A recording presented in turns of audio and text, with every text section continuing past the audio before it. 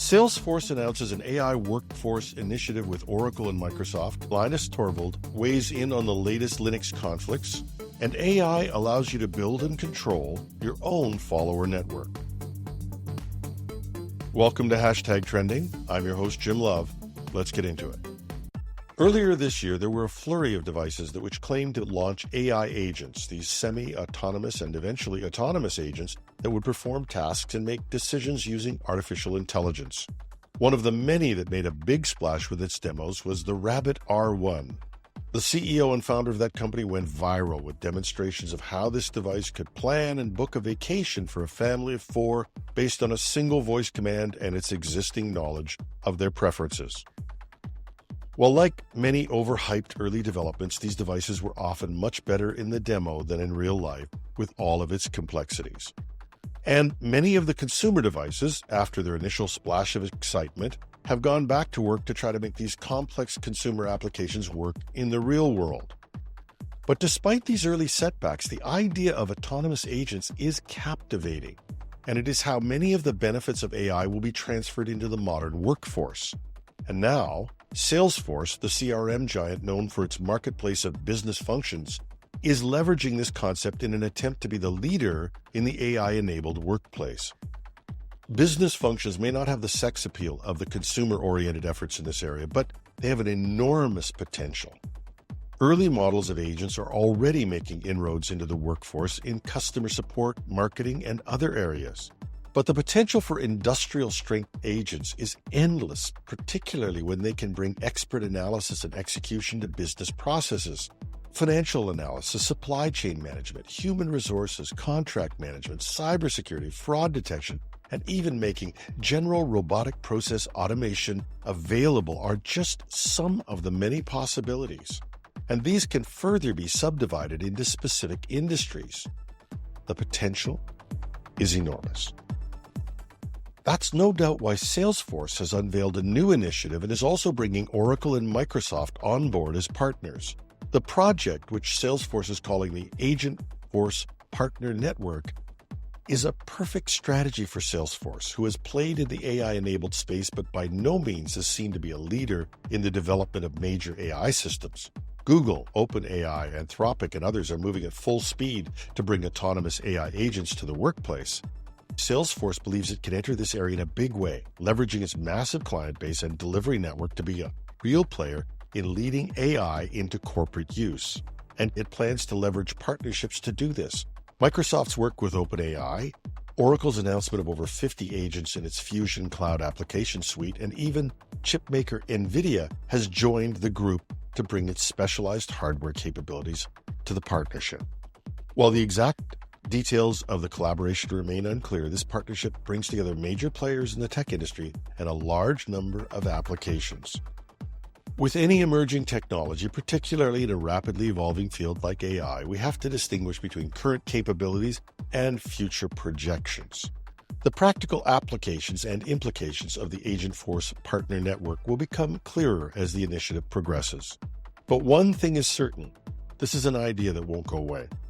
Meta CEO Mark Zuckerberg has been quoted as saying, "There could be more AI agents in the world than humans." Industry observers will be watching closely to see how this collaboration develops and what concrete advancements it might bring to AI integration in business settings. We've covered the big dispute in the Linux community with the war between the supporters of C++ versus the supporters of Rust. But when Linus Torvalds, who has headed the Linux project for more than 3 decades now, weighs in, you have to pay attention. Speaking at the Linux Foundation's Open Source Summit in Vienna, Torvalds expressed surprise at the intensity of the Rust versus C discussion, noting that it has taken on almost religious overtones. This comes as the Linux kernel, now 33 years old, faces ongoing discussions about incorporating Rust for its memory safety features. Torvalds compared the debate to ancient schisms over VI or Emacs about which was the best editor, an argument that goes on to this day. But perhaps in the spirit of trying to bring the community together, Torvalds tried to view the Rust integration positively, stating that even if it were to become a failure, that's how you learn. He appreciates how Rust has livened up discussions in the community, although he acknowledges that some arguments have turned nasty.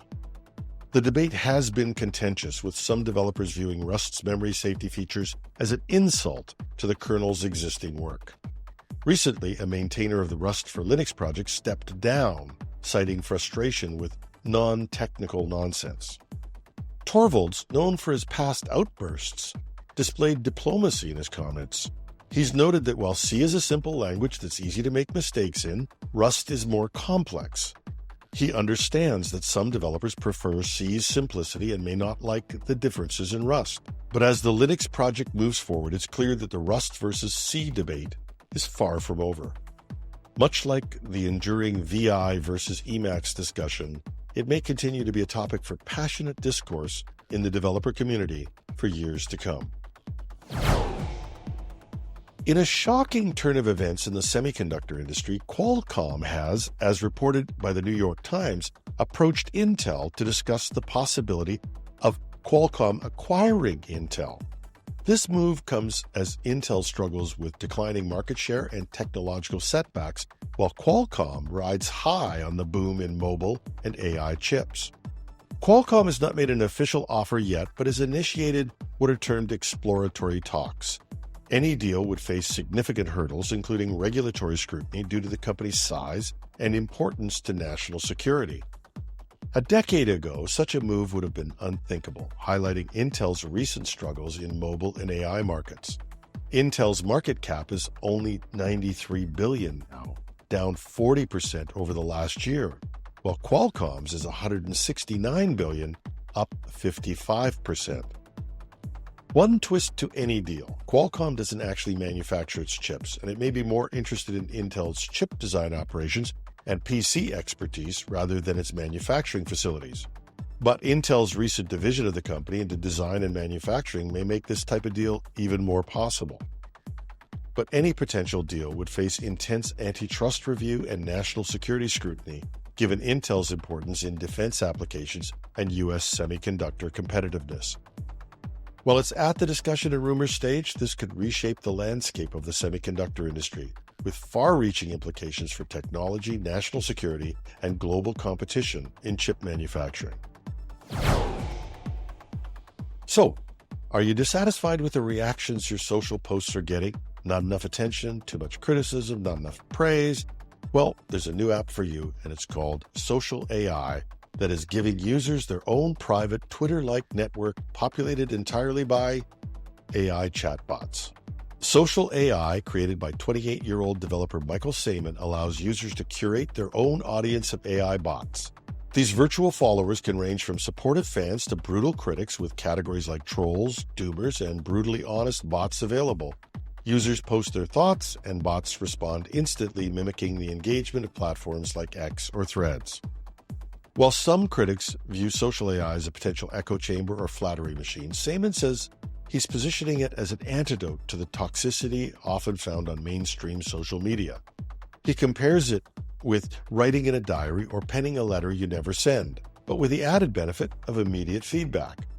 Interestingly, Saman notes that most users don't just select agreeable bots. Many choose contrarians or realists to challenge their views, seeking a more balanced interaction. This approach aims to recreate the early days of social media, when users could freely express themselves with a small, trusted circle. Supporters would say that social AI is part of a growing trend towards AI-powered emotional support and companionship apps. And while it's not meant to replace human interaction, it offers a space for users to explore ideas and work through personal issues without the pressure of public social media. There's an old Star Trek episode from the very first series where a space traveler was trapped on a foreign world, and an alien intelligence created a companion for him. No surprise, a beautiful female human. But even today, I remember what I was thinking when I watched that episode. It was just sad. That's our show for today. Show notes are at technewsday.com. I'm your host, Jim Love. Thanks for listening. Have a marvelous Monday.